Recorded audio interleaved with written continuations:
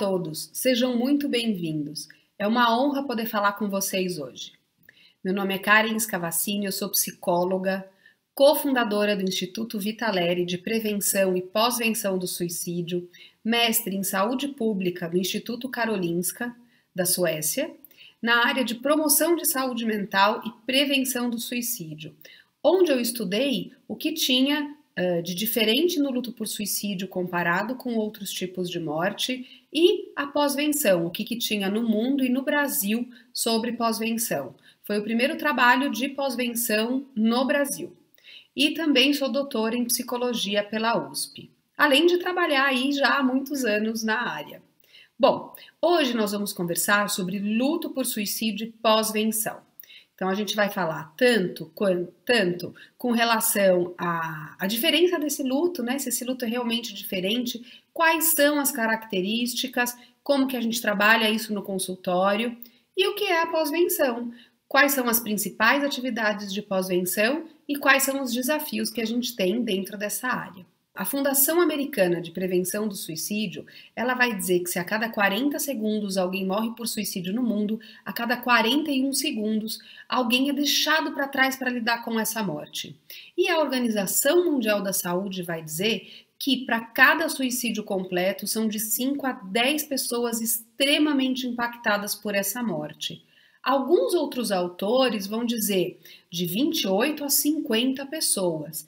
E a Organização Internacional de Prevenção do Suicídio, este ano, então, veio falar que esse número pode chegar a 145 pessoas. Se nós pensarmos aí numa escola, por exemplo, o número de pessoas impactadas é até maior do que esses 145.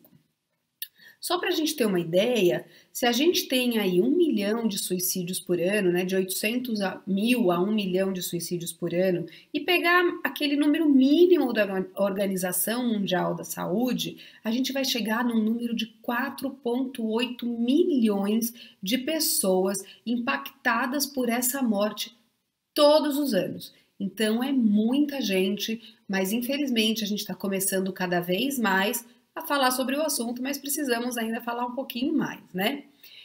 E aí, se a gente pensar em termos de Brasil, a gente tem aí 12 mil suicídios por ano, o que dá uma média de 60 mil novos sobreviventes por ano no país.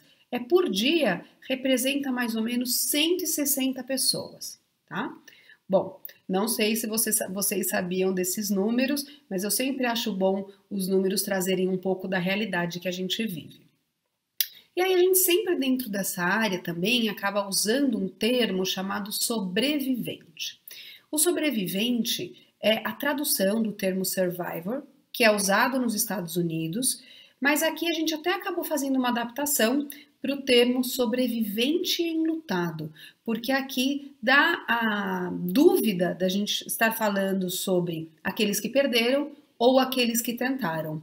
Nos Estados Unidos, então, aqueles que tentaram vão ser os attempters, e aqui também vão ser chamados de sobrevivente.